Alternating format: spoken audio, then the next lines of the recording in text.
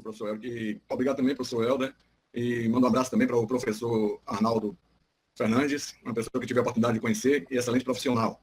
E, inicialmente, eu gostaria de agradecer a todos vocês aqui pela oportunidade dada à Six Sigma Solutions em fazer essas duas palestras e mostrar um pouco do nosso conteúdo, né, de institucional e os nossos objetivos. Eu sempre palestrei em diversos congressos e, nas oportunidades, sempre tenho condições de conhecer diversos palestrantes, instrutores, professores, né? Conheço o Peseiro da Seta, a Siqueira Campos, conheci a nossa gloriosa Cristina Werkmann, e são pessoas ilustres. Estou conhecendo vocês a partir de agora também.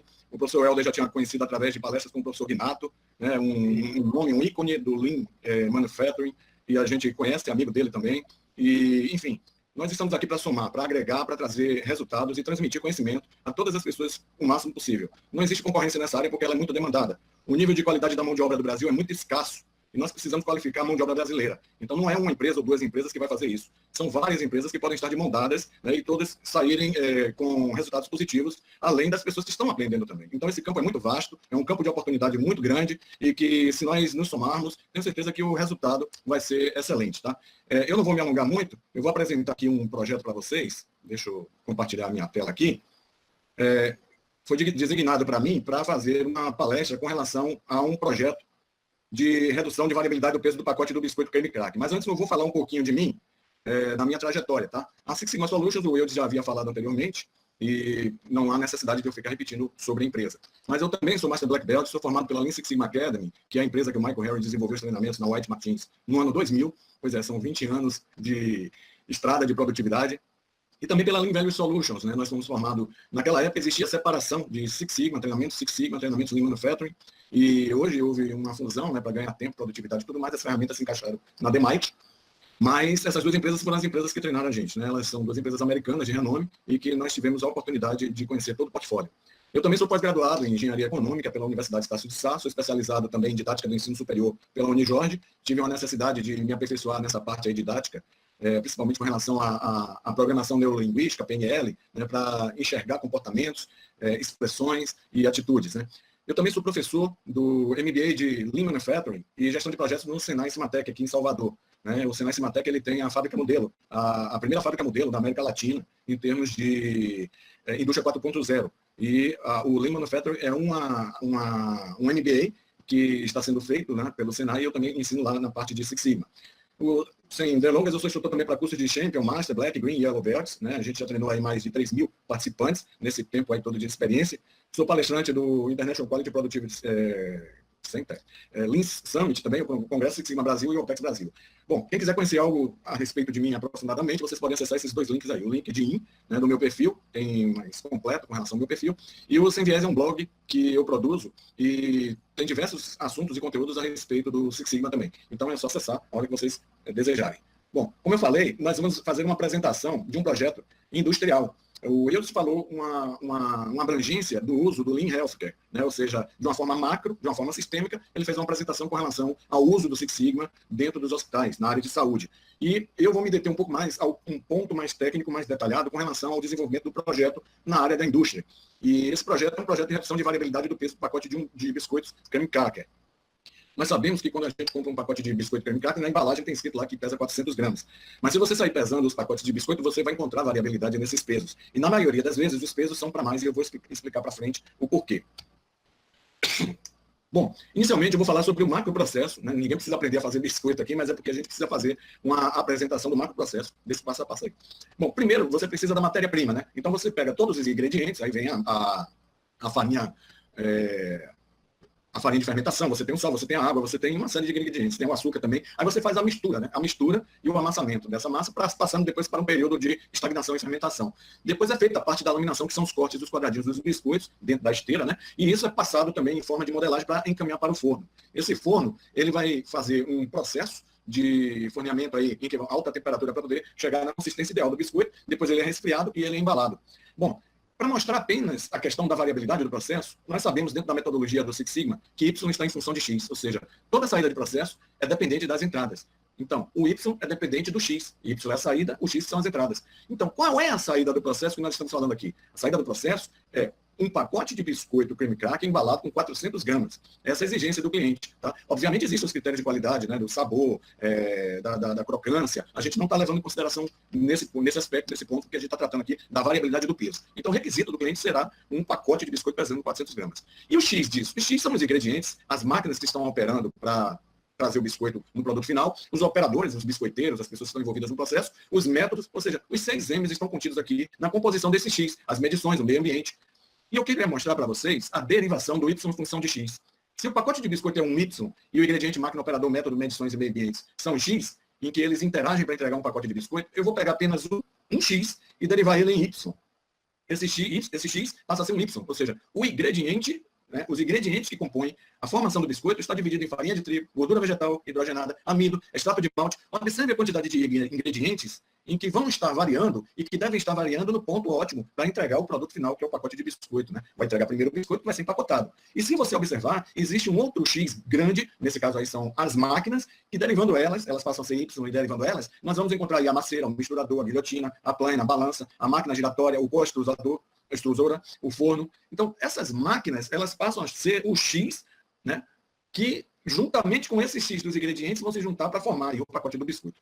O que eu estou falando, de uma maneira bem específica aqui, é que na maioria das vezes em que a gente sempre está observando alguns projetos, a gente vê muito projeto de estudos de tempos e movimentos, né? Projetos Lean com cálculo de lead time, cycle time, takt time, estudos de volumetria, cronologia, análise cronológica, né? E o que a gente menos vê em relação a Six Sigma é aqui, a falta de análise combinatória de variáveis.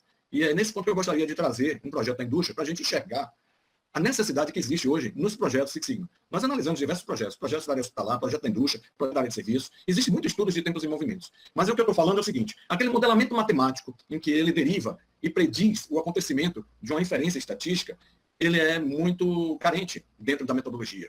Né? Tanto é que quando a gente fala em ferramentas de análise combinatória, tipo desenho de experimento e superfície de resposta, são poucas ferramentas que são utilizadas. No curso nós vemos, mas quando a gente vai para o projeto real, na vida, né, na prática, poucos são utilizados. Eu sei que em indústrias farmacêuticas, por exemplo, os laboratórios fazem cruzamentos de variáveis para analisar os efeitos das drogas, e eles são muito utilizados. Mas de uma maneira geral, se você pegar o comportamento da indústria para analisar esse comportamento baseado em análise combinatória, ele é carente.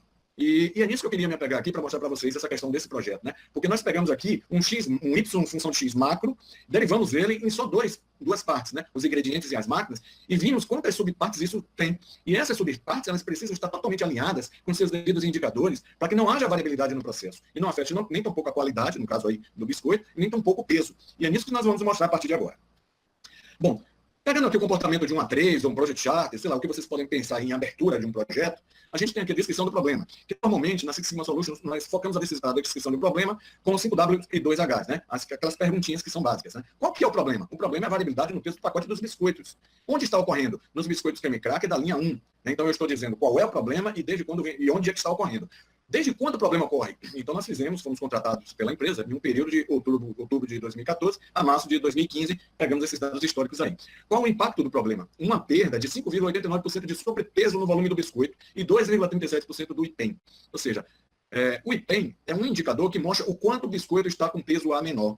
E sobrepeso, obviamente, é o peso do pacote do biscoito acima dos 400 gramas.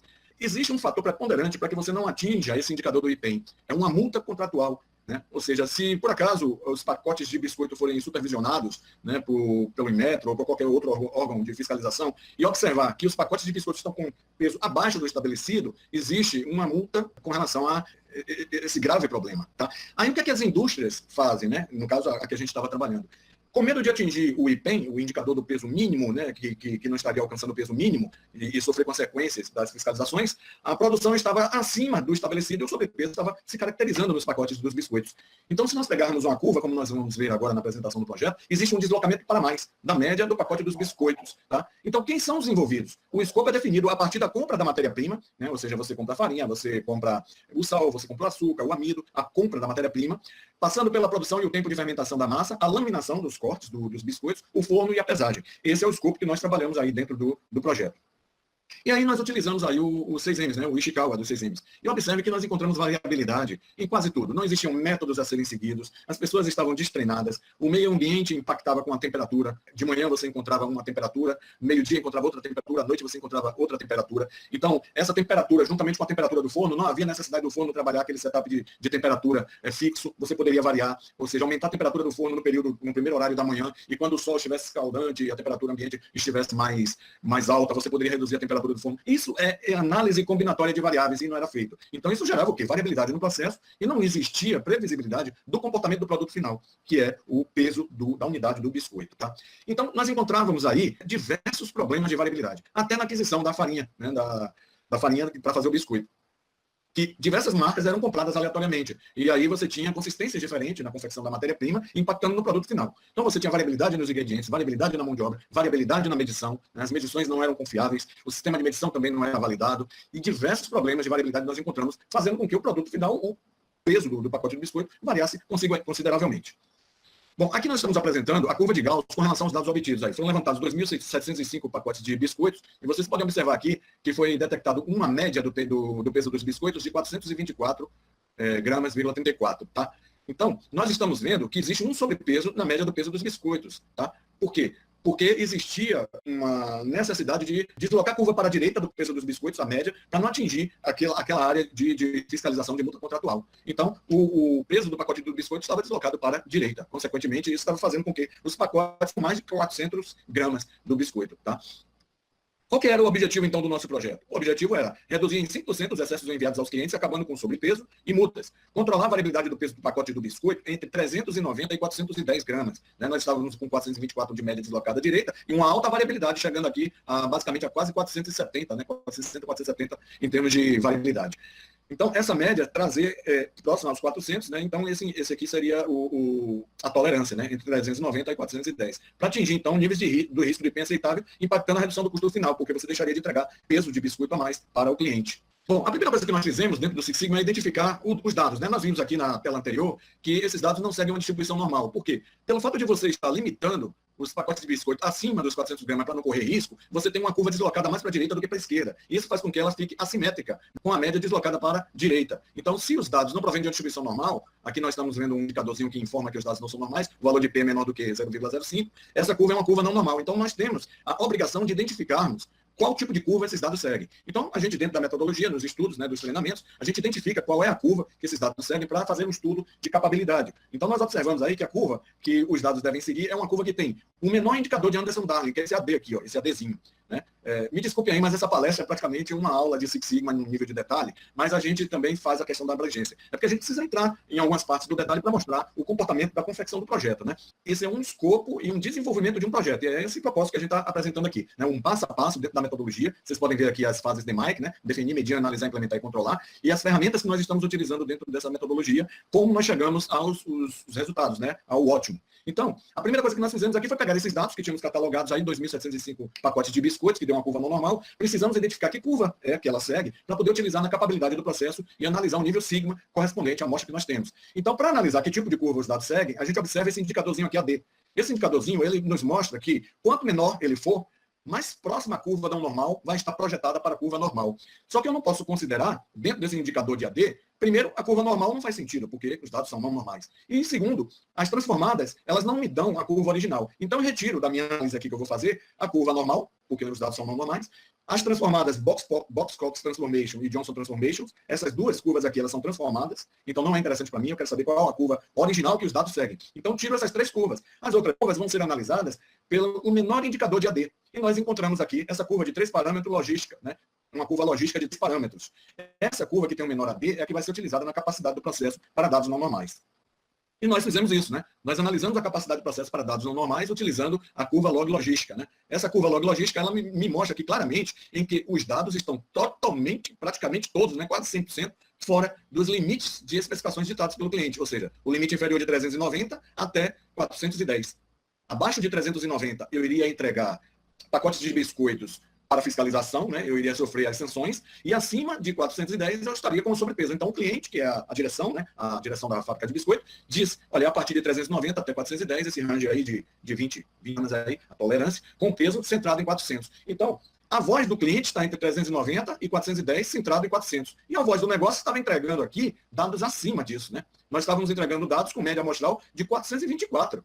Então, se eu tenho média amostral fora do limite de especificação, o meu PPK, né, que é um índice que mede a capacidade do processo, ele é negativo. Por quê? Porque a média está fora de um dos limites de especificação. Então, nesse caso aí, o indicador passa a ser negativo. Consequentemente, se eu tenho um PPK negativo, eu vou ter um nível sigma negativo também. Esse nível sigma, desastroso aqui, de menos dos 2,23. Um nível sigma negativo por quê? Porque os dados da voz do negócio estão quase em sua totalidade, totalmente deslocados das especificações do cliente. Consequentemente, nós estamos entregando aqui 98,71% de defeitos. Ou seja, na amostra, quase todos os pacotes de biscoito estavam com sobrepeso. Isso com o receio de você não atingir os índices menores do IPEM, né? Por questões de sanções governamentais, de fiscalização e tudo mais. Então, existia sobrepeso, existia excesso de biscoito indo para o cliente estava adorando, o consumidor final, né, tinha biscoito a mais, e, consequentemente, o custo final da fabricação estava altíssimo com relação a tudo isso, né? Aí nós estamos vendo aqui, nessa capacidade de processo, que a média da voz do cliente 400 e a média da voz do negócio 424, deslocando a curva para a direita acima da especificação, a tolerância da voz do cliente em torno de 20, que ele tem entre 390 e 410, esse cliente é a diretoria, tá, gente? E a amplitude da voz do negócio, voice of business, de 38. Tá? Então, existia um deslocamento, isso a nível de box plot, a nível de capabilidade do processo, de média e desvio padrão acentuado para a direita. Aí passamos para a fase analisada do projeto. Na fase analisada do projeto, nós utilizamos uma ferramenta chamada teste de hipótese, para verificar se existem diferenças significativas nos grupos. Então, nós selecionamos aqui alguns grupos, alguns X representativos, que foram os meses do ano, as máquinas e os turnos. Então, nós queríamos saber se existia variabilidade entre os meses, né? Se existia variabilidade no mês de outubro, se essa variabilidade em novembro foi do tamanho da de outubro, ou se essa variabilidade de dezembro foi do tamanho da de novembro e de outubro. Observe que outubro houve um deslocamento muito grande internamente aqui da variabilidade. Isso fez com que os desvios padrões, cada um aqui são os desvios padrões, de cada um dos meses fossem diferentes. E quando você tem diferenças, né, entre subgrupos, seja de média, ou desvio padrão, ou de mediana, ou proporção, nós então dizemos que o valor de P é menor do que o risco alfa. Esse valor de P aqui, de teste de Levines, está zerado. Se você tem um valor de P zerado, significa que o risco alfa é 0,05, P é menor do que alfa, né? P é 0, alfa é 0,05. Se P é menor do que alfa, nós estamos encontrando uma diferença significativa na variação dos meses em relação ao peso do biscoito. Se todos esses intervalos aqui tivessem o mesmo tamanho, né? Novembro fosse o tamanho de outubro, dezembro o tamanho de outubro, esse valor de P aqui seria maior do que 0,05. Maior do que o risco alfa. Isso estaria dizendo que não existia diferença na variabilidade do peso de biscoitos ao longo dos meses. Então, nós estamos constatando que a diferença na variabilidade do peso dos biscoitos ao longo de vários meses. E isso foi em todos os três grupos que nós analisamos, os três fatores que analisamos, né? Nós temos aqui o fator turno. Olha o fator turno 1, fator turno 2, fator turno 3. Existe diferenciação, sim, na variabilidade do peso dos biscoitos em relação a cada um dos turnos. Observe o desvio padrão, né? Aqui é o intervalo de confiança. Observe o desvio padrão do turno 1 é muito alto em relação ao turno 2 e o turno 3, que é um pouquinho mais alto do que o turno 2. Então, também existe variação, né, no peso dos biscoitos em relação aos três turnos, turno 1, turno 2 e turno 3. Ou seja, os biscoitos estavam variando tanto ao longo do tempo, né, a questão da estabilidade, quanto ao longo dos turnos. E em relação às máquinas também, nós estamos observando aqui que nesse teste das máquinas, nós temos as máquinas da linha M1, M2, M3, M4, todas e M5 na linha 1, né, que é a linha 1 investigada, e nós verificamos aí também pelo teste de Levine, que é dados não normais, os dados são normais, tem que fazer o teste com base em Levine. Então, o valor de P também é menor do que o risco alfa, né? E se P é menor do que alfa, menos P é 0,002, alfa é 0,05. Então, P é menor do que alfa. Quando encontramos um P menor do que alfa, existe evidência de que há diferenças significativas comparativas aí. Nesse caso aqui, em termos de desvios padrões, tá? Os desvios padrões dos meses, os desvios padrões dos turnos e os desvios padrões das máquinas. São diferentes, sim. Então, nós chegamos à conclusão em que o processo estava caótico e que precisava desenvolver diversas ações para poder melhorar esse nível sigma, juntamente reduzindo essa variabilidade em todas as áreas. Depois nós passamos aqui na análise a verificar o box plot em termos do comportamento de média e mediana. E nós observamos aqui alguns pontos em que existiam deslocamentos da média e da mediana por mês, né? Encontramos alguns pontos outliers, esses outliers foram investigados, então identificamos das interações das variáveis que compõem os outliers como piloto, aí fomos ao Gemba para verificar nas planilhas do Gemba, né, na máquina 4 da linha 1, tá? Porque os outros fatores, se você pegasse o operador, nós encontrávamos operadores destrenados, nós encontrávamos farinhas, né, compradas de fornecedores diferentes. Então, nós não utilizamos, nesses aspectos, a estatística, né? Por quê? porque era uma coisa mais direcionada. Então, a gente já sabia que existia variação pelo tipo da farinha adquirida, pelo operador João Pedro e Mário, né? E aí a gente focou mais em algumas variáveis ao longo do tempo. Por quê? Do tempo do turno e da máquina. Por quê? Porque nós tínhamos na linha 1 também comportamentos diferentes da máquina, desalinhamentos. Nós tínhamos, ao longo do tempo, comportamentos de variabilidade diferentes. Por quê? Porque você no inverno um ambiente diferente da temperatura do verão e, consequentemente, se você mantém a temperatura do forno setada, isso pode afetar no assamento, né? No verão, o biscoito pode assar mais do que no inverno, e a consistência muda, o peso muda, as características mudam. Né? E a gente tinha os turnos também, porque os próprios turnos também tinham variação da temperatura, além de alguns métodos que não estavam implantados em alguns outros turnos. Então, isso tudo fez com que nós focássemos 3 grandes grupos importantes. Né? A gente poderia dar aí a qualidade da farinha baseado nos fornecedores, mas se você escolhe um fornecedor, você está criando um método, você está criando um procedimento operacional baseado naquele fornecedor exclusivo. Né? Então, você não vai variar no fornecedor da farinha, então você tem uma só característica da farinha. Então, a necessidade de utilizar uma estatística não seria tão grande quanto você trabalhar esses outros grupos. Tá? Então, voltando aqui, a segunda parte da fase analisar foi justamente verificar o comportamento de médias e medianas. E os outliers que estavam acontecendo. Né? Investigamos os motivos que, via de regra, puxa a média para cima. Né? E aí você tem que ir no Gemba. Eu sempre falo o seguinte, a gente não trabalha modelando dados. A gente não trabalha observando o comportamento de uma planilha. Né? Qual é a média, o desvio padrão, a mediana. Qualquer anomalia que você enxergue em um gráfico, em um dado, você tem que pegar o histórico daquele ponto, que ele está fora da curva, ou que ele está deslocando uma média para cima, e verificar na planilha dos dados que dia ocorreu, qual foi o turno, quem estava lá. Essas informações, o conjunto dessas informações, nós chegamos na causa raiz do problema. Então é preciso ir lá no Gemba, é preciso ir lá no chão de fábrica, com aquele dado anômalo, né, para poder investigar o problema. Né, e não só ficar modelando os dados, colocando no Minitab, no PowerPoint e tal. Então, o trabalho nosso foi investigar os desvios que estavam ocorrendo dentro do processo, através da sinalização desses dados. E aí nós partimos para essa ferramenta fantástica, que eu adoro ela, né? A Multivare. Né? O gráfico de Multivare é uma ferramenta em que ela mostra um cenário global de todas as variáveis que estavam interagindo aí. Nesse caso, a gente tem a máquina, né? Nós temos os meses do ano e os turnos 1, 2 e 3. E aí fizemos uma análise para verificar os maiores sobrepesos que estavam ocorrendo naquele período. Né? Então nós temos o período aqui de outubro de 2014 a abril de 2015, nos 3 turnos, com as 5 máquinas. Então, nós observamos esses pontos maiores aqui, olha, a variabilidade, 435 da média aqui, ó, 435, 437, né? Estava mais ou menos aqui. Nós temos aqui a máquina 3, no turno 2, no mês de março, variando no sobrepeso como considerado o maior valor de sobrepeso médio. Né? Nós tivemos aqui a máquina 4, também no mês de março. Observe que o mês de março, o comportamento, ele tem a maior média, né? É quase tudo quadradinho aqui na parte do pico do gráfico. Né? Então, essa ferramenta é ideal. Análise de Multivare, né, gráfico de Multivare, para enxergar naqueles pontos altos em que a média estava ocorrendo, quais eram os grupos que estavam extrapolando. Né? Então, nós enxergamos aí que foi no turno 2, na máquina 3, na máquina 4, nos meses de março de 2015.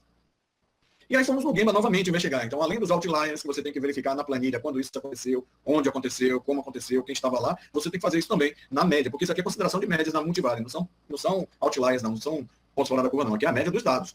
Aí fomos lá no Gemba, investigamos, verificamos os comportamentos, tudo variava. Então nós tivemos desde a matéria-prima, que fazia a escolha de um fornecedor, até o final da embalagem, velocidade da esteira, né? A velocidade da esteira com a temperatura ambiente e o tempo de fermentação da massa, esses 3 fatores críticos faziam com que ou o biscoito, em termos de espessura, ele se alongasse ou diminuísse, se afinasse.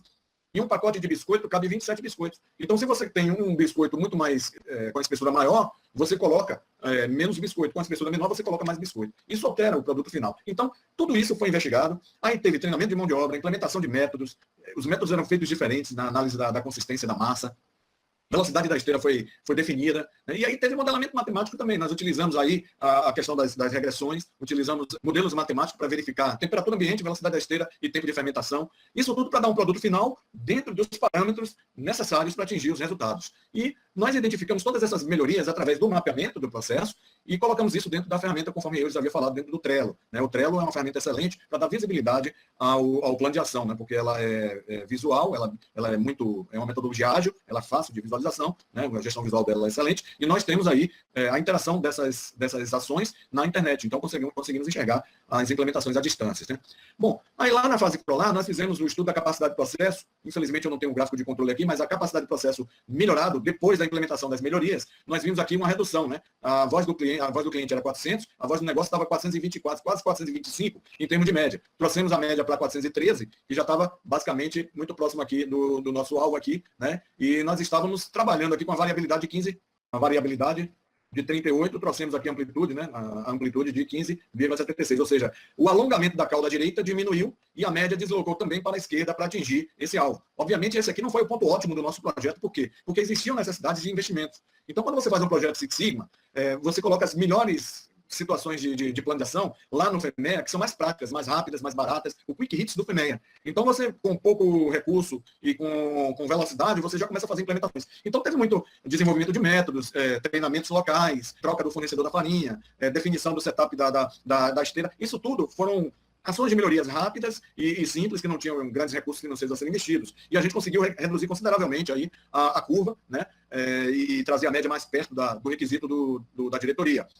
Só que existia uma necessidade também de incluir no CAPEX para substituição de maquinário na hora de fazer o budget. Então, essa era uma ação que iria trazer mais ainda a média dos dados, né, da fabricação dos biscoitos para próximo da média do alvo do cliente, que é 400. Tá? E, consequentemente, também redução da variabilidade do peso dos biscoitos. Então, nesse momento em que nós concluímos o trabalho da consultoria, deixamos o dever de casa para a inclusão no budget, a compra de maquinário através do CAPEX, né, da previsão orçamentária do CAPEX, substituindo esse maquinário que ele estava depreciado. Ou seja, nós fizemos um trabalho de formiguinha e as ações que foram desenvolvidas foram ações rápidas, práticas, fáceis, com poucos investimentos, e já trouxemos alguns resultados para esse processo. O que nós queremos dizer com isso? Nós estamos dizendo que há uma grande necessidade de analisar Six Sigma baseado na interação das variáveis, as análises combinatórias, né? Verificar o cruzamento dessas variáveis. Porque eu deveria ter o forno com uma temperatura setada se eu tenho uma temperatura ambiente variando? Qual o comportamento do tempo de fermentação da massa se eu passo mais tempo ou menos tempo para entrar no forno antes, dependendo da temperatura ambiente? Então, essas variáveis, quando elas interagem, elas trazem consequências graves na variabilidade do produto final. E isso não estava sendo levado em consideração no momento em que a gente estava observando aí o projeto. Tá? Então, tudo isso que eu estou explicando para vocês é para mostrar o seguinte, a gente encontra muitas ações de Lean em projetos, né? E não estou dizendo que está errado, é para existir também. Às vezes a gente faz gestão visual, estudos de volumetria, né? Lead time, cycle time, text time, às vezes a gente analisa SMED, né? Rejunca, nivelamento da produção. Existe uma série de ferramentas excelentes dentro do Lean, mas não podemos de maneira nenhuma esquecer as ferramentas do Six Sigma, né? As análises combinatórias das variáveis, elas impactam diretamente no Y, né? No produto final. E que os projetos possam ser mais trabalhados nesses sentidos, né? O comportamento de cada variável interagir para verificar o que acontece com o produto final. Bom, gente, esse foi o projeto. Se vocês tiverem alguma pergunta para fazer, né? A gente está aqui com o treinamento de Greenbelt começando aqui no dia 16 de novembro, né? Da Six Sigma Solutions. E aqui são os contatos. Qualquer coisa vocês podem entrar em contato aqui com essas redes sociais ou então com as pessoas que estão gerenciando a rede, né? E eu me deixo aí à disposição ao pessoal para fazer qualquer pergunta que seja necessária com relação ao que foi dito aqui ou qualquer outra pergunta que vocês queiram fazer. Marcelo, o Paulo Roberto, eu não sei, obviamente, se a informação ela pode ser transmitida ou não, mas ele perguntou qual foi o save no projeto, mas de repente você puder responder em percentual ou algo parecido, né? Até com a questão de preservar os valores e tal. Em termos de valores, não foi autorizado pelo nosso cliente, mas em torno de quase 40%, 37,8% em termos de recuperação. Perfeito, muito bom. Bom, pessoal, vocês podem estar aberto o espaço aí para que vocês possam fazer as perguntas necessárias ou tirarem dúvida a respeito do case que foi apresentado pelo Marcelo. Podem ficar à vontade, por favor. Eu quero fazer um comentário. Primeiro, parabenizar o Marcelo. Tá? Fico muito feliz quando eu vejo um trabalho como esse, né? Um trabalho belíssimo, utilizando, feito que você frisou bem agora. Eu acho que o Lean Manufacturing é uma ferramenta complexa, mas muita gente acha que sabe. E o Six Sigma é uma ferramenta complexa e muita gente não se atreve a dizer que sabe. Porque quando envolve estatística, a gente sabe que é um calo, não só nos estudantes, mas também para os profissionais. Porque existem vários black belts, inclusive, que não tem conhecimento básico de estatística, né? Então, quando eu vejo uma implementação de análise, teste de hipótese em projetos, práticos, né, na indústria, isso é uma raridade, né? Isso é o que a gente chama de mosca branca.